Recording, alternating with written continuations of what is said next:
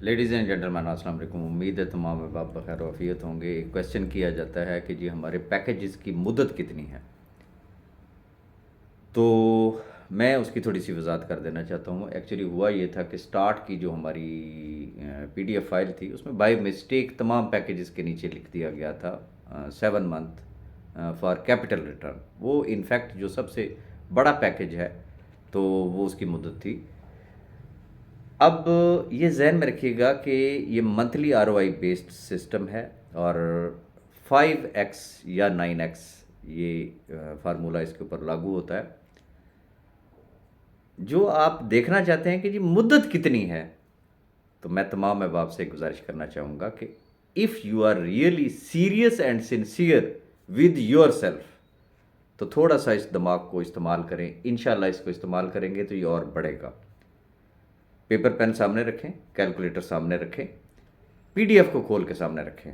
कोई एक पैकेज आप सेलेक्ट कर लें। फॉर एग्जांपल मैं कहता हूँ जी 1000 की किसी भी शख्स ने इन्वेस्टमेंट की है। पैकेजेस के हवाले से भी मैं एक चीज़ आपको बता दूं कि लेट्स सपोज के अब आप कहते हैं जी क्या पूरा का पूरा पैकेज बाय करना पड़ेगा, ऐसा नहीं है। एक लिमिट है। सपोज कि $50 से लेके $1499 तक ये एक पैकेज है। अब उसमें जितना भी अमाउंट आ गया तो वो उस पैकेज का नाम है। आप $50 से ज्वाइन कर रहे हैं, आप कल आपने $200 उसमें और ऐड कर दिए, तो तब भी आपका वो वॉल्यूम ऑफ इन्वेस्टमेंट इंक्रीज होगा। पैकेज तो आपका सेम वही का वही है। जैसे ही आप उस अगले पैकेज की अमाउंट को टच करेंगे तो फिर जाके वो चीज़ें चेंज होती हैं। तो मैं आपको एक मिसाल देना चाह रहा हूँ कि फॉर एग्जांपल कि आपने $1000 अगर आपने इन्वेस्ट किया है तो आप देखें पीडीएफ में। ये मैं आप पे छोड़ रहा हूँ, मैं आपको कैलकुलेशन नहीं दे रहा हूँ।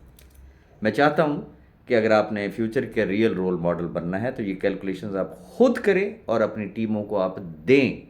$1000 पे आप कैलकुलेट करें आपको महाना क्या आ रहा है। अब जो महाना आ रहा है, सबसे पहले तो आप ये देखें कि कितने महीनों में आपका जो इन्वेस्टेड अमाउंट है, जिसे कैपिटल अमाउंट कहा जाता है, वो आपको वापस आ रहा है। फिर अगर 5x फार्मूले पे ही अगर उसको चेक करना है तो आप उसको खुद कैलकुलेट करें कि ये 5x ये कितने महीनों में जाके पूरा होना है।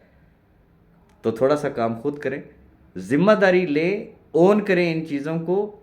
ये सारी की सारी चीज़ें आपकी फिंगर टिप्स पे आ जाएंगी और आपको किसी भी जगह पे प्रेजेंटेशन देते हुए किसी भी किस्म की कोई तकलीफ नहीं होगी।